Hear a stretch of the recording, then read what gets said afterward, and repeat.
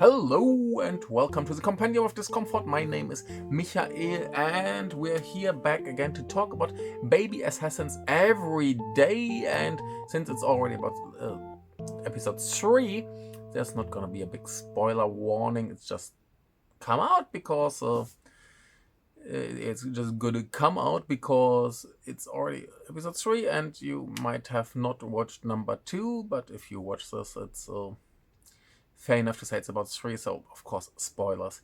But we have some other stuff to talk as well before we get to that, and we have some big speculation stuff after that. So, like, episode 3 is the first one that really animated my brain to think, like, where could we go from here?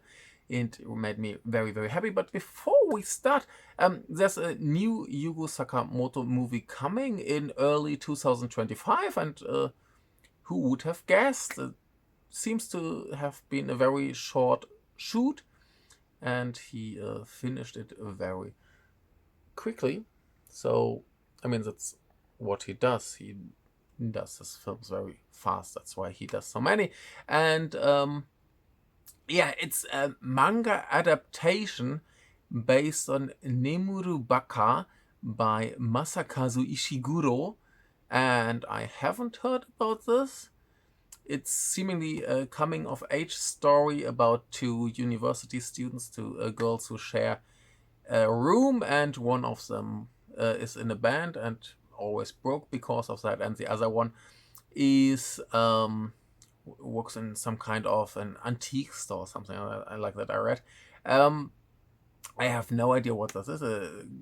Came out in 2008, just one volume, as far as I know. My 2-minute research told me that, and it's currently out of print, so I won't get it anytime soon. I guess I will reprint it after this announcement. I guess there will be many people who want to buy it and don't want to read it digitally, so I hope there's a reprint and I might get it before the movie comes out.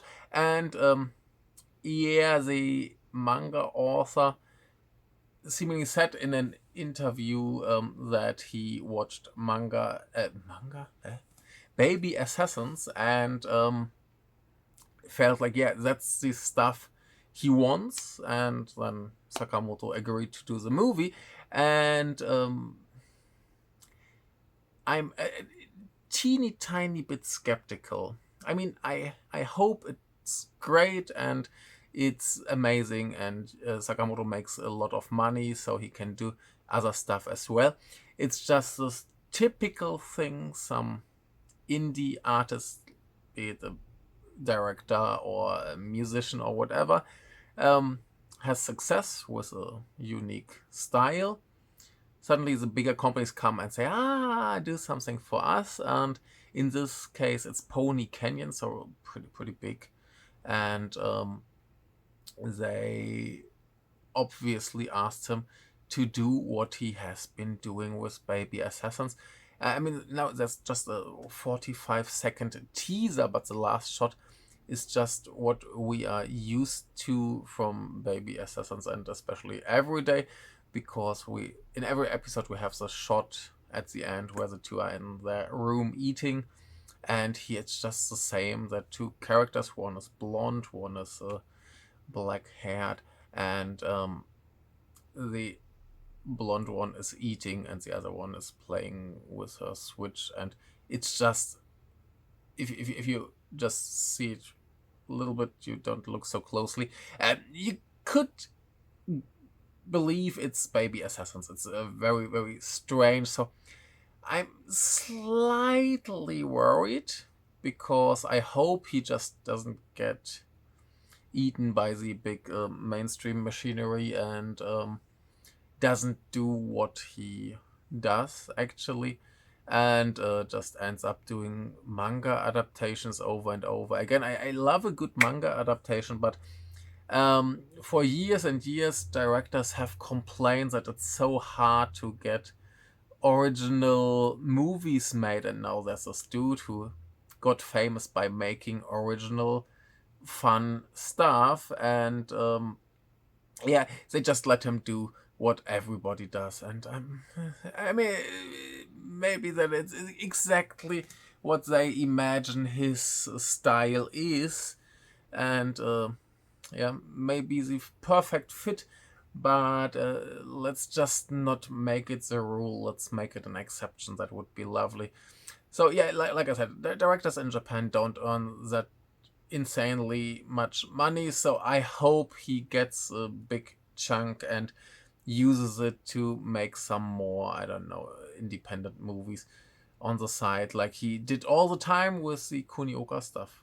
Like Baby Assassins was a little bit more successful money thing, and Kunioka is the thing that where he burns the Blu-rays and sends them out himself. Yeah, let's see how this ends. I hope it will all be lovely and great and wonderful, but my pessimistic German brain is a little bit smells a little bit bad. Now, every time I see these eating scenes at the ends of the Baby Essence Everyday episodes, I feel, oh, maybe they prepare just for this teaser. Yeah, but it might turn out completely great and amazing, and I hope that's the way. So let's not be too pessimistic. Let's be happy that he suddenly made another movie and it comes out really soon. So let's be positive. Other positive things. Today I went to the cinema to watch a Hamaguchi movie, his student film. What was it called? Like Nothing's Happening or something like that. I forgot the title. What's Like Nothing Happened, which was interesting, and I think it's shot on 8mm and it looks like that, and this was the long version, and that can only be seen in cinema for special occasions, so I had to go there, and it was interesting. And I was so sleepy because yesterday I stayed up to watch the new episode, Baby Assassins, and they air it at 1 a.m. So on Unext, where I watched it, it's 30 minutes later, so after it finished airing. And yesterday it was even like 10 minutes later for some reason. So 10 minutes later, so then I was finished shortly after 2 a.m. Went to bed and I woke up at 7 and I was let's go to work. I didn't even sleep until my alarm rang. I think it was set to 7:30. So yeah, then some nice people from Germany came to visit me. We had a lovely time in Osaka, and I went to the cinema to watch this Hamaguchi movie. And Hamaguchi makes wonderful movies. I love them all, but that's so slow, and actually nothing happens. It feels I'm not gonna make an episode about it. I've gotta watch it again someday, but it's very interesting. It's nice. It's very Hamaguchi. There's not that much to say about it.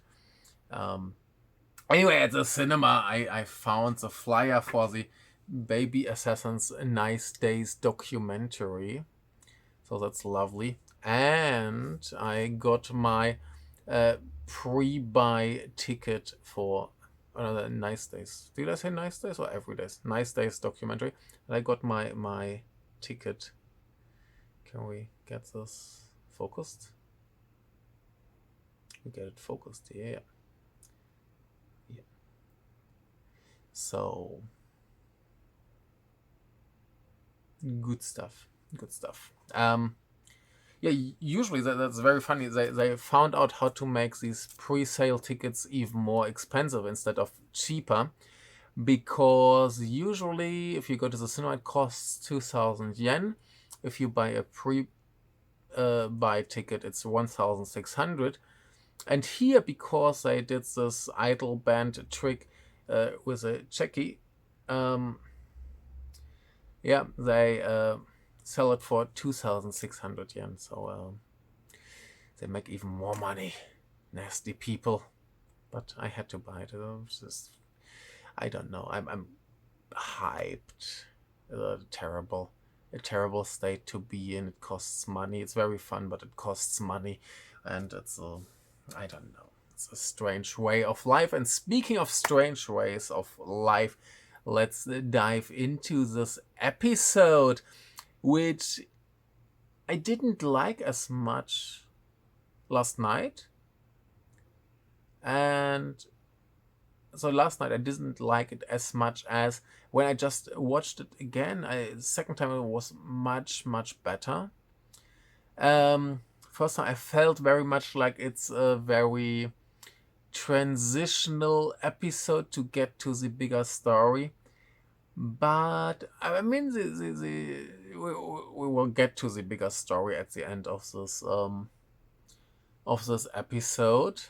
But it's not that much transitional. It's a very interesting episode, actually. It's directed by the other Wataru, Kudo Wataru.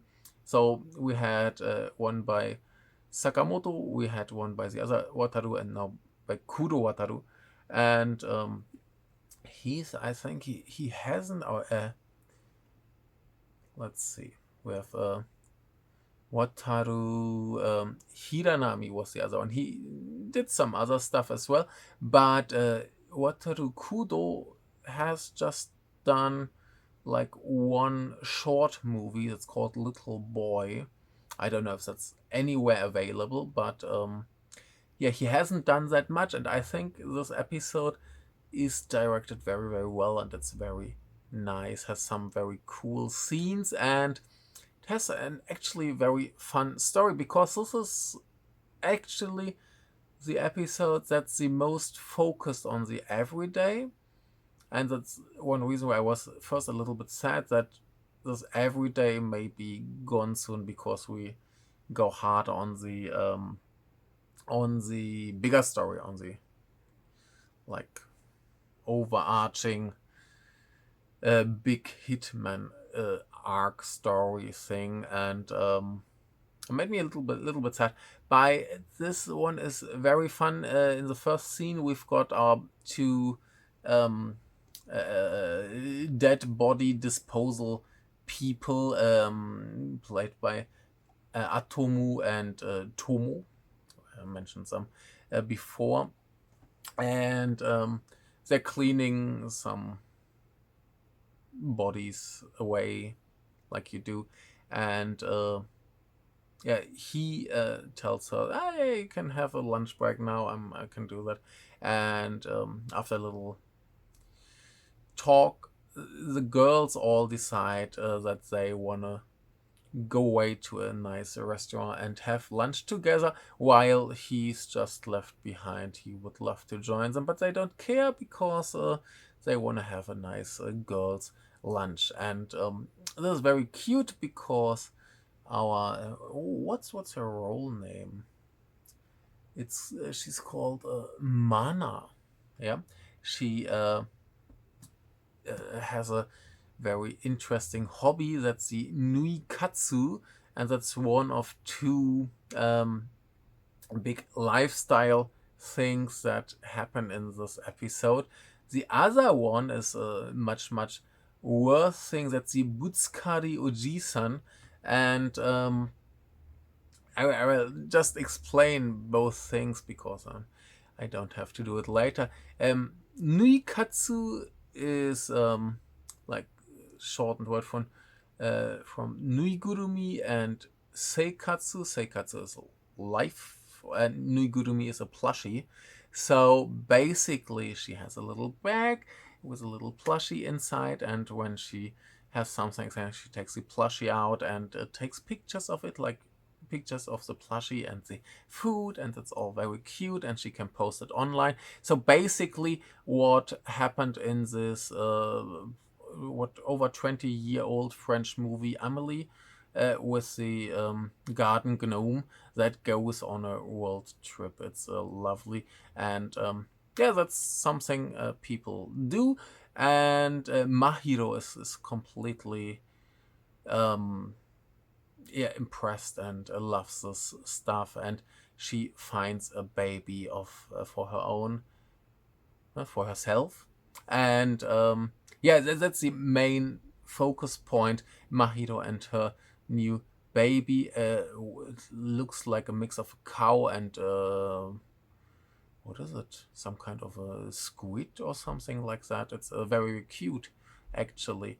And yeah, it's lovely. And now she starts to dress it up, like shades and sunglasses and little dresses, and choosing the angle and the light, and it always looks different. It's like it's alive. And this episode really points out that Chisato is almost a normal person and Mahito is completely crazy. And that's how they treat the characters, and I love this. I mentioned that before, because in the movies Chisato was always a little bit more difficult for me to bear, to handle. She was just too annoying sometimes. Here she's a little bit crazy, but yeah, she's basically the bridge between completely brain glitched Mahito and normal people. So she's relatively normal with some funny little, yeah, stuff she does. And besides that, she became very normal. Just a little mildly crazy, while Mahito is just completely in her own world. I said it in the other episode, I think. It's basically like Bocchi's a rock. Mahito became Bocchi, and Chisato is the rest of the band, who's completely fine with Mahito having her moments and just having to bring her back, which happens here once or twice as well. So it's a lovely dynamic, and this episode plays very much with this dynamic. It establishes it even more. They establish a better relationship to the other girl, and that's all very cute and lovely, and we have some sweet moments of taking pictures of plushies, and it's cute and great, and they choose a name and stuff, and it's all really what I imagined they would do in this show. And just after the middle, this guy from the agency comes back to, you must work for my big project, and basically, yeah, they watch a video, like a documentary style, about the a big guy from that company, like the old man, who they are supposed to help with his mission, and they can't really say no, so they get pushed into doing this and doing the thing that they can do the worst, and that's teamwork. And yeah, they will have to bear with that. And at the end, we get a little action, because first we get this Butskari Oji-san. I didn't even explain it. I said before I want to explain it. I didn't explain it, so I've got to explain it now. So these are usually like men. Like Uji-san is usually a middle-aged man or a little bit older, who run into people. And here Mr. Atomu, who plays this corpse disposal dude, he wrote on Twitter that he heard that there are a lot of them in Tokyo. Some punch people in the stomach and stuff. Happened to me a few times as well, like people who just walk and they don't care who's in their way, and they just run through them. And yeah, it can be pretty nasty. I mean, there are plenty of people who don't really care where they walk or who's in their way, and who don't really care to move away, but they don't intend to hurt people. But they go out to hurt people, and yeah, probably they're just frustrated old man who needs to find the safest way to attack people. So you go, oh, it's just an accident, or you ran into me. It wasn't me. It's not my fault. And yeah, so one of these runs into the girls, and one of the plushies falls down, and they punish him very badly. And just after that, some dudes on a motorbike steal Mahito's new baby, and she goes completely berserk. And we get a 30-second action scene. Yeah, so I think now we're at 2 minutes 30 seconds action for 3 episodes. Could be worse. At least the action scene is really, really good. It's very nice. Like she does funny things with her head and punches people's knees, and it's lovely. And yeah, but that's basically the whole episode. So what I first thought is like, oh, now we really arrived in this daily life stuff, and we get a lot of it, and now they have to move on to the bigger story. But what I didn't really notice the first time is that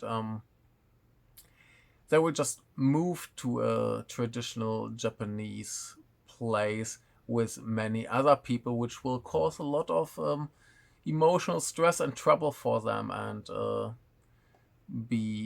will be pretty nasty and maybe very funny. So I hope we get there. And what I thought is very interesting, like so far they haven't really explained the timeline, like where is the set. And interestingly, the director, yeah, Mr. Wataru Kudo, tweeted that basically here's a little foreshadowing for nice days. So this must be set for nice days, and we have one more episode next week until Nice Day starts in the cinema. So now my big speculation. Welcome to the speculation part of this episode. My big speculation would be that they actually timed it with Nice Days, so Nice Days becomes a part of the story. That would be amazing. And I would almost hope that Nice Days is just basically like one episode in the show, and is basically this big grand mission that they have to do. And after that, we just get back to normal and we get more mild stuff, because I don't really feel like watching now this big epic story play out. That's what I hate the most with stories that have a heavy focus on daily life, when we suddenly get into this save the world mode, or you have to defeat the evil, whatever evil is in this case.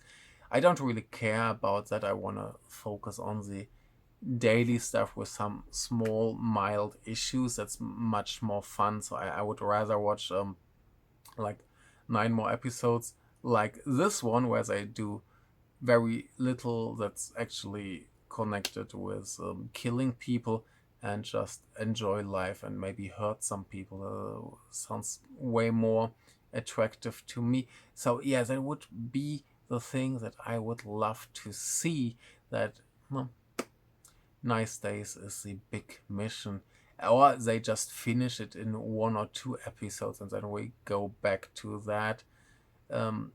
But I wouldn't want to spend like episode 4 to 12, like the whole rest of the show, with some big story where they have to fight someone. I don't know. That sounds really, really boring to me, because that's just what happens everywhere and I don't need it here. Just give me the title, give me Everyday. I want that. I don't want the other stuff. Yeah, I hope it will play out like that. Would be lovely, would be wonderful. And yeah, like I said, the first time I watched this episode, I felt, oh, they just want to get to this big story, and it felt like these parts made much more played out much longer in the episode, but it's actually really short. The main focus is actually on this plushie and its adventures. And yeah, at the end, some new characters show up where we don't really know yet who they are. But yeah, it's all slightly worrying, because now it could go in a direction that I won't, or I will like less. I will probably like it anyway, but I might like it less. And let's see. A little bit like his new movie, I'm a little bit concerned, and still it will probably all be good and great, but yeah, big good fun. Watch it as soon as you can. It's great, and I will yeah, keep doing this until the bitter end, because it's very lovely to sort my thoughts on it. And because of this, I'm basically forced to watch it twice, because after one time I don't feel qualified to talk about it. And yeah, it's very good fun. So that's maybe the only TV show where I actually watch the episodes twice when they're new. So good stuff. And yeah, let's see. Now that we got to bigger things, maybe Sakamoto will come back to direct. But yeah, the two Watarus did a very good job. They seem to be very nice boys. And yeah, let's see what happens next. And yeah, next week will be nice days as well. I need to check if I can buy a ticket already. Usually 1 week before you can start to buy tickets, so gotta check that. I've gotta use use it. Yeah, great. See you.